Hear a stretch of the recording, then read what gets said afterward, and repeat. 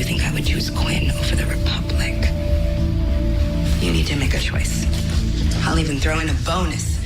I'll give you 60 seconds of grace. You have 60 seconds to pull the covers over your head and tell yourself that all the monsters are just dreams. Then you will either kill Quinn or hand her over. Otherwise, I'll walk out that door and you can spend the next 20 minutes waiting to die. You're bluffing. I think you're the one who's bluffing. Your judgment is clouded. Your soft, chewy center is out. If I am who you hope I am, then killing Quinn and her baby destroys me for sure.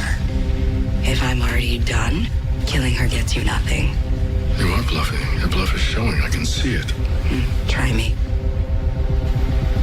If Quinn has to die for the Republic, then she has to die. This was the most recent event that had caused us to worry about Olivia Pope and trigger her recommendation to getting psychiatric help.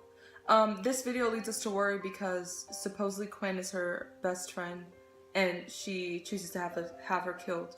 This shows like narcissism because Olivia thinks she can play God and has the omnipotent power to decide who lives and who dies. And that's an attitude that we would not want anyone in our society to have the idea that they can decide if you live or you die and have no emotional reaction to it. Olivia Pope was not born into a normal family. She was raised by a single father, Eli Pope, and her mother was presumed dead when she was 12 years old, died of a plane crash. Olivia Pope was sent to boarding school, and she lived her life under the thumb of her father. She always wanted to please him, and when she was 16, even had a bout of bulimia because of this stress. She lived her life only wanting perfection, as that's what her father required of her, being an African-American woman in society.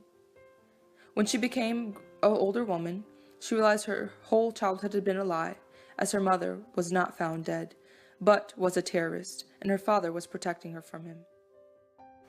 When someone comes from a family like this, we can expect some sort of post-traumatic behavior. Olivia does not express this in the usual way. Instead of shrinking up, instead of having a multiple personality disorder, instead of being angry, she actually projects all of that into her work, and she has become career obsessed. So in a sense, it's not worrying to most people because they see her and they're like, she's a successful woman. But this is her way of coping with how she was treated as she was younger and not getting help for the abuse and not getting help or talking to someone about how she feels about her family and not having the emotional support that most of us do have with our families. As long as I've known Olivia, and it's been about 10 years, I've noticed that she has very unhealthy relationships. The relationships she does have are very superficial and are only to benefit her. If someone isn't benefiting her, she'll cut the relationship off like that.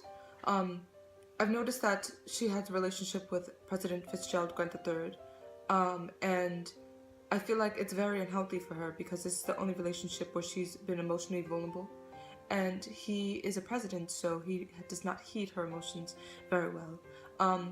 And she's allowed the relationship to affect her career, and that's when I became really worried because Olivia doesn't let anything affect her career.